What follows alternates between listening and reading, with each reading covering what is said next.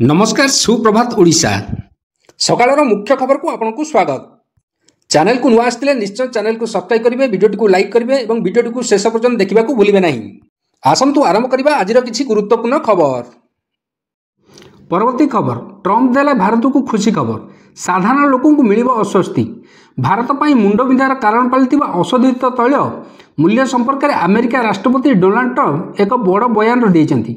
से कहते द्वितीय कार्यकाल सहित अमेरिकार स्वर्ण युग आरंभ होइछि एवं शीघ्र समग्र विश्व अधिक शांतिपूर्ण और समृद्ध हेब। से साउदी अरब और ओपीईसी बा पेट्रोलियम रप्तानीकारी देश मान संगठन को अशोधित तैल मूल्य ह्रास करने को कहे। जदि अशोधित तैल ह्रास पाए तेबे यह भारत पर एक बड़ अस्वस्तिर विषय हेब, कारण भारतर आमदानी बिल रे अशोधित तेलर सर्वाधिक अंश रही। परवर्ती खबर, आज प्रधानमंत्री आवास सर्वे शीघ्र करेंगे यही कम। आज आरंभ हो आवास सर्वे। आवास पोर्टाल विधिवत लॉन्च करेंगे राज्य सरकार। उभय ऑफलाइन एवं ऑनलाइन आवेदन करेंगे हिताधिकारी। प्रथम थर में आशा हिताधिकारी निजे निजर सर्वे करेंगे। अलग होता परिवार सर्वे सामिल हो पारे बोली सरकार तरफ सूचना दिखाई। परवर्ती खबर, राज्य में बीजेपी सरकार आसिबा परे जोगाण विभाग में ई-केवाईसी आतंक सृष्टि होइछि।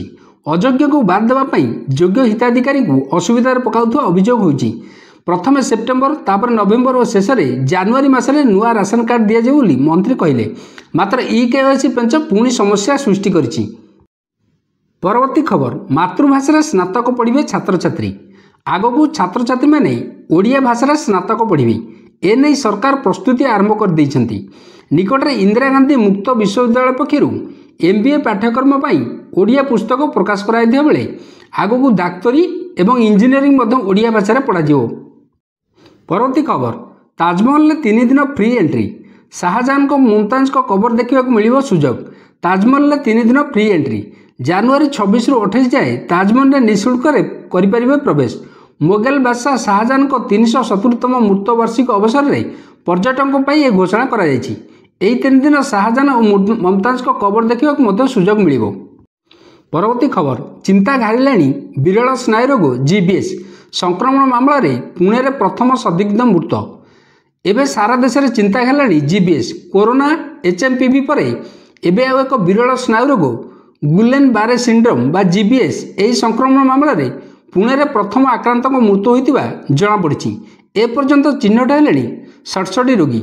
चिन्हट पर देशव्यापी भयर वातावरण सृष्टि होइछि। महाराष्ट्र पुणे रे जीबीएस संक्रमण दिनकर देखाई 8 नुआ मामला दिन दिन वृद्धि पाता बेले एपर्यंत 66 जन संक्रमण होता जमापड़ी। वर्तमान पुणे रे जीबीएस रोगी सर्वाधिक होइतरु लोके भयभीत अछंती। परवर्ती खबर, जनवरी 28-29 रु बारवाटी टिकेट। फेब्रुआरी 9 रे बारवाटी लड़ाई टिकेट बुकिंग तारीख घोषणा कला ओसीए। भारत इंग्लैंड दिनिकिया सीरीज द्वितीय मैच फेब्रुआरी 9 तारिख में बारवाटी स्टेडियम रे खेल। आयोजक ओडिशा क्रिकेट एसोसिएशन एने प्रस्तुति चूड़ांत पर्यायर पहुंची। टिकेट बुकिंग नहीं तारीख घोषणा कर ओसीए अनुबंधित संस्था गुड़िक आसता 28 और 29 रे टिकेट बिक्री करेंगे। परवर्ती खबर, गहिरमथा अभयारण्य भितर इको रिट्रीट। केंद्र और राज्य सरकार को एनजीटी नोटिस। केन्द्रापड़ा जिला राजनगर पेंठा बेलाभूमि में चली इको रिट्रीट नहीं नेशनल ग्रीड ट्रिब्यूनाल बा एनजीटी उभय केंद्र और राज्य सरकार को नोटिस करछन्ति। केंद्र जंगल और परिवेश मंत्रालय अतिरिक्त आंचलिक महानिदेशक, राज्य जंगल और परिवेश विभाग अतिरिक्त शासन सचिव, जातीय बोर्ड वन्यप्राणी अतिरिक्त सचिव एवं केन्द्रापड़ा जिलापाल को नोटिस कर सविशेष रिपोर्ट तलब कर। परवर्ती खबर, राज्य में आहुरी कमिब शीत। राज्य में शीत आहुरी कमी पारे। आसंता 3 दिन राति तापमात्रा आउ 2 रु 4 डिग्री बढ़। यह प्रभाव में राति में शीत कमिज बोली पाणीपाग विभाग आकलन करिछि। राज्यर विभिन्न स्थान में राति तापमात्रा बढ़िया सह दिन बेलार ताती भी उपरमुआ होउछि। गुरुवार 1-2 स्थान को छाड़ी बाकी समस्त सहर तापमात्रा 30 डिग्री उपर थिला। परवर्ती खबर, सुना बजार में लागिला निया। हु होई बढ़िला सुना दर। विवाह ऋतु में अत्यधिक भाव सुना दर वृद्धि साधारण लोक निद हजाई देछि। भुवनेश्वर में 24 क्यारेट सुना दाम 82,000 टपी था बेले 22 क्यारेट सुनार दाम बा 10 ग्राम पिछा 75,000 डेइछि। अंतर्जातीय स्तर में सुना दर वृद्धि देखा मिली। डोनाल्ड ट्रम्प अमेरिका राष्ट्रपति भाव शपथ नेबा पर सुनार निवेश में आग्रह प्रकाश कर लोके। ट्रम्प विभिन्न निष्पत्ति अर्थनीति में अस्थिरता सृष्टि करने आशंका करी अधिकांश लोक एवं सुनार निवेश करुँच। परवर्ती खबर अमेरिका छाड़े 18,000 भारतीय बेआईन प्रवासी मामलें प्रवासी मामलें भारतर अभिमुख्य स्थिर एवं नीतिगत रही। बेआईन भाव में अमेरिका रोता भारतीय को फेराई नेबा देश प्रस्तुत अच्छी तेबे से भारतीय नागरिक होता स्पष्ट होगा दरकार। अमेरिका गस्तर वैदेशिक मंत्री एस जयशंकर बुधवार यह मंतव्य देते। से यह मामलें अमेरिका वैदेशिक मंत्री मार्को रूबियो कथा होती। परवर्ती खबर भारत सरकार गृह मंत्रालय अधीनस्थ केंद्रीय औद्योगिक सुरक्षा बाहिनी बा CISF रे 1124 कनेस्टेबल पदवी नियुक्ति सुजोग प्रकाश करछि।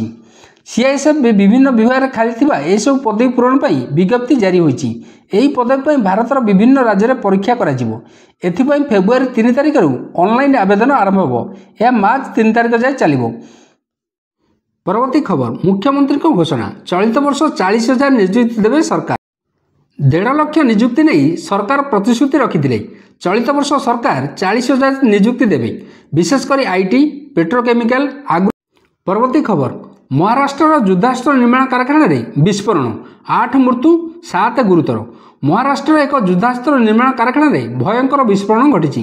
प्राथमिक तदंत मिलता रिपोर्ट अनुसार एथिरे 8 जनक मृत्यु होता बेले 7 जनक अवस्था संकटपट रही।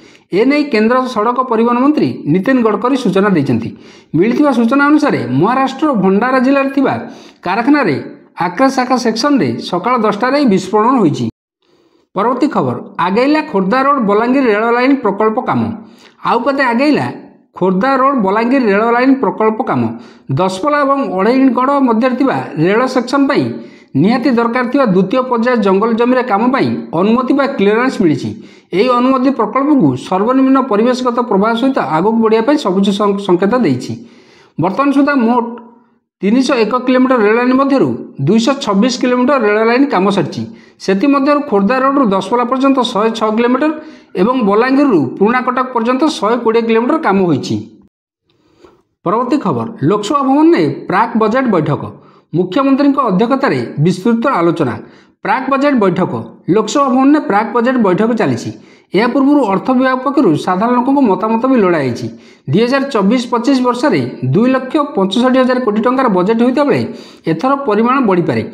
आर्थिक वर्ष 2025-26 आसंता फेब्रुआरी 13 तारिख ओडिशा सरकार बजेट अधिवेशन आरंभ हो। राज्य सरकार फेब्रुआरी 17 तारिख में साधारण बजेट उपस्थापन करेंगे।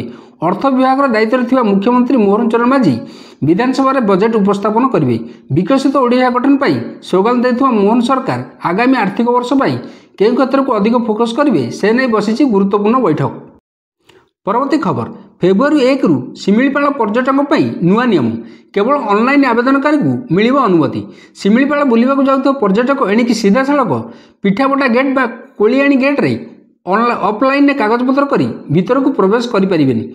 टूरिस्ट परमिट क्षेत्र में स्वच्छता और पारदर्शिता को आने को एणिकी ऑफलाइन परिवर्ते जानमान और पर्यटक को ऑनलाइन परमिट पास आवेदन कराया पड़ो। शिमिलीपाल बाघ्य प्रकल्प निर्देशक पत्र संख्या 267 मुताबक आसंता फेब्रुआरी 1 तारिख शिमिलीपाल अभयारण्य प्रदर्शन नहीं नुआ नियम लागू हो।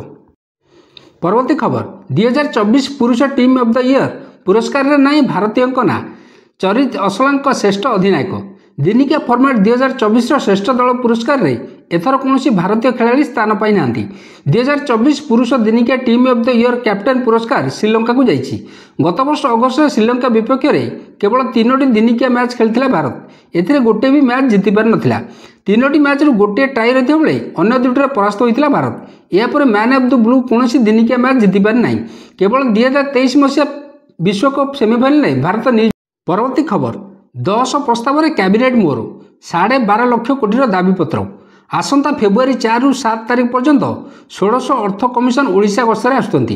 एही अर्थ कमिशन सुपारिश 2026-31 पर्यंत लागू हो। तेणु यह नजर रखी राज्य सरकार 12,56,148 कोटी टंकार विभिन्न प्रस्ताव संबलित एक दाबीपत्र कमिशन को प्रदान करेंगे।